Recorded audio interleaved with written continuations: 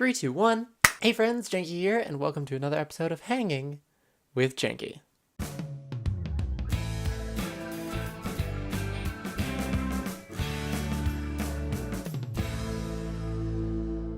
So I'm going to start off this week by apologizing for the lighting in here.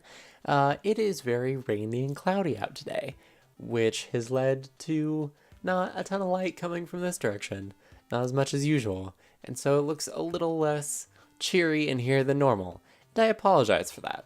But you know what? The news will make up for that, because it's all cheery news. Let's get to it! So first up on the news agenda today, let's talk about Super Mario Odyssey, which released yesterday and people are loving on. So I'm actually not going to talk a lot about Super Mario Odyssey today, because of course I haven't played it, I don't have a Switch, and all the news that I have secondhand. There's really just one thing I wanted to mention to you guys, which is that the internet is loving this dog. That makes sense, right? I mean, the internet loves a good meme, and this dog is super cute, and it looks like they literally dragged and dropped a puppy out of Nintendogs, gave him a hat, and put him in a Mario game. And people love it, and he follows you around, and you could play catch with Cappy with him, and is cute, and people love it. And it just goes to show, right, that that's really what Mario games are about. Mario games are just about those moments that make you smile, and then you can post them to the internet and get 1 million likes because it's a cute dog. Seriously though, I'm gonna have to get myself a Switch just so I can play that. And Breath of the Wild. I'm watching myself in my camera and I look like a Muppet, like an angry Muppet when I do that. Great. Perfect. Awesome. Let's continue. Okay, so this one isn't necessarily gaming news, but it is kind of interesting because I know a lot of you out there who watch this are also fans of YouTube or YouTubers yourselves. So you'll be interested to know that apparently YouTube has been working its algorithm, so it's going to be demonetizing far less videos. I don't know exactly what that entails because, of course, YouTube doesn't share a lot about their process or their algorithm or anything like that. But basically, they just announced that they were reworking it. And so the algorithm was a little smarter about picking up what was advertiser friendly and what wasn't. So hopefully all of you out there with a problem with your videos being demonetized will see a drop in that. And if not, continue complaining to YouTube and maybe they'll change it again. But yeah. That's what's going on with that right now. So this next thing I am very excited about. Let's talk about the Steam Halloween sale. What? Yes, that's right. Steam is having its annual Halloween sale, which means there are tons of spooky games on sale right now. I'm sort of sorting down through some right now just to see what they got on sale, possibly give you some of my recommendations. I can tell you this right off the bat. If you're a fan of the FNAF series, they currently have the entire Five Nights at Freddy's franchise bundle on sale, 80% off at $7.35. So if you've never played the FNAF games, but you were interested in it, personally, I'm not super interested in it. I have never played them. I don't intend to, but if you'd like, you can get it pretty cheap right now. They also have lots of other popular games on sale. 7 Days to Die is 62% off. Doom is 33% off, which makes it about $20. The Evil Within, the original, is $10 right now because they've made it 50% off. Just a whole bunch of games. Obviously, a lot of scary games because it's the Halloween sale. Inside, you can get it right now for 50% off, which is super cool. I might pick that one up just because I really enjoy Inside. Resident Evil 7 is 50% off right now, so they got some really good deals. I would just suggest checking them out. You can also get horror movies, because remember that Steam also sells digital movies? Remember that that's a thing that they do? Of course you don't, because no one ever buys them. Show me the person that buys movies off of Steam, and I will be like, what? Why? Why would you do that? I don't know. But yeah, there's lots of horror games on sale right now. So definitely go over to Steam.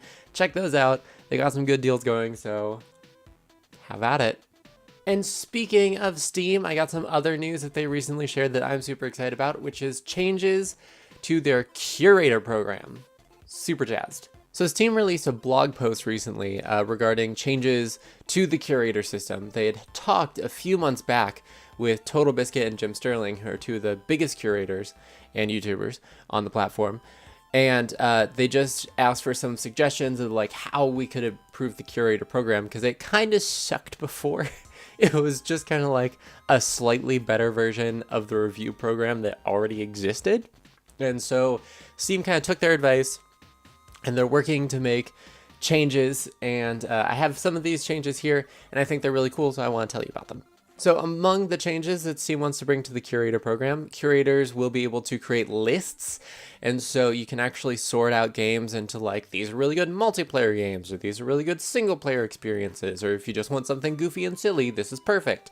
And so instead of having like curators where it's like, this is my thing, and then this is my thing, you can have like, you can curate a lot of different games and then be like, I'm going to sort them out like this. And then you can find the game that you want, which is really cool for the people that follow curators, and they can kind of find the specific games that they want, which is really nice. And I think that will definitely help people navigate the platform a little better.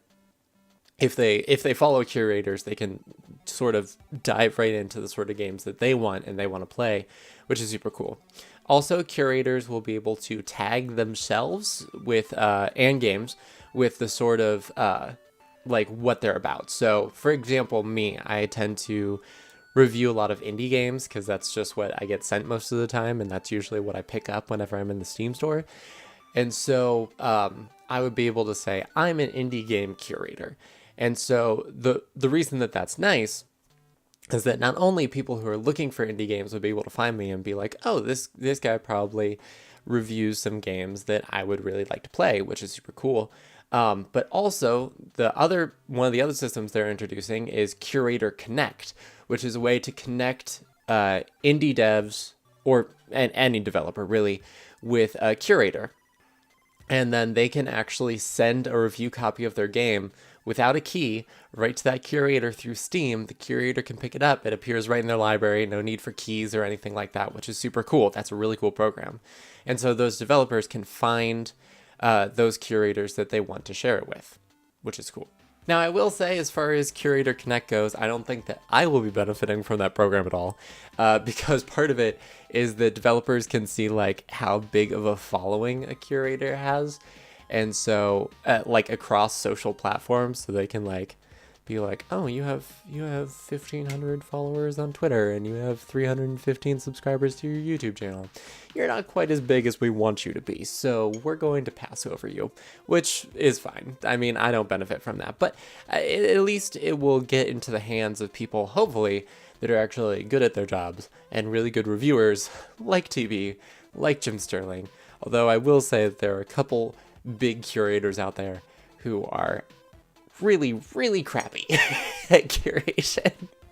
And those people will probably also benefit from that because developers just want to get their title out to someone big. But you know what? That's just sort of the lay of the land as far as this whole exercise goes. So I'm not super mad about it. I'm just cool that I just think that it's cool that they're making these changes. And I think they'll be super useful. So at the very least, I think that they'll be beneficial to people who use the platform, helping to find games that they actually want, which is super cool. And I just like threw my coffee across the room. Great. And now let's all take a moment of mourning for the Kinect, which is officially, really, truly, indescribably dead. Though Microsoft won't admit it, because they definitely had a spokesperson who was like, look, even though we're not manufacturing Kinects anymore, this isn't the end for the Kinect. No, I'm pretty sure that's the definition of the end for the Kinect. If you're not manufacturing more, and once you run out of supplies, that's it for the Kinect, I'm pretty sure that's it for the Kinect. Like, nobody wants to develop for a platform that you're not even investing in anymore, so it's dead, okay? The Kinect is dead. To be fair, it was declared dead several times over its existence, and I think that's mostly because people look at the Kinect and they're just like, why? Why would you do this? It's like Dance Dance Revolution, except you're not just dancing. You're also occasionally playing with puppies and pretending that you're in like a mosh pit party. I don't even know what the Kinect was for. Like, I don't know. I guess I can't judge because I didn't have an Xbox, and so I never messed around with Kinect, but it just feels like the Kinect was like Microsoft's response to the Wii getting motion controls, and then the PlayStation also investing in motion controls because people were so interested in the Wii, and then Microsoft was just like, let's not do motion controls. Let's do something a little different.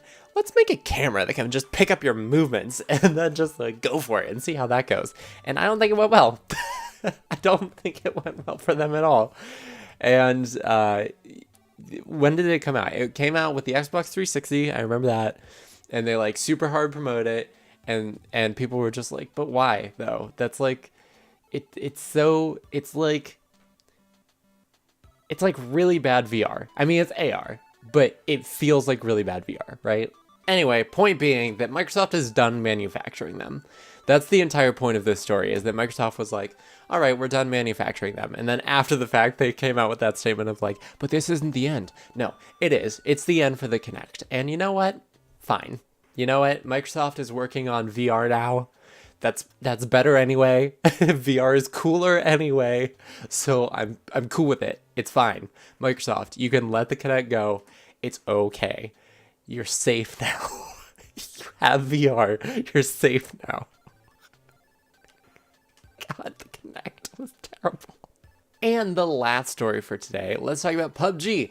It's got vaulting now. Whoa. In case you're wondering, I don't know what that noise was either. But hey, PUBG has vaulting on its test servers. That's right. That thing that was promised to us like 6 months ago, you know, that we could parkour all over the place, that's finally on the test servers. So you can check it out now if you got the PUBG test servers, which I do. Not downloaded, but I have them. So I'm definitely going to go vaulting over everything here soon. And I am very excited. And it's just going to be really cool because for anyone who's played PUBG, you'll know that that's like a huge thing to be able to vault over stuff.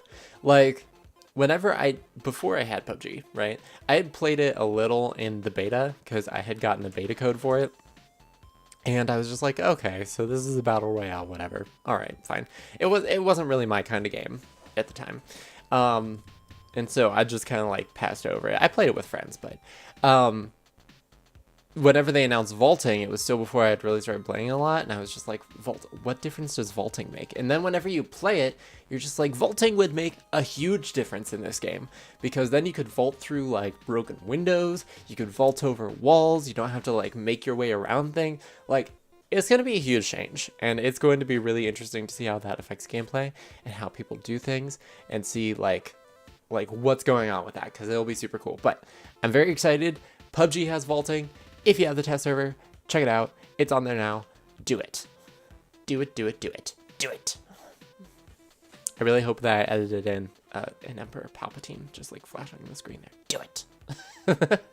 And of course, we'll wrap out this week as we wrap out every week, which is thanking new subscribers to the channel. So thank you to Joshua Henry for subbing the channel.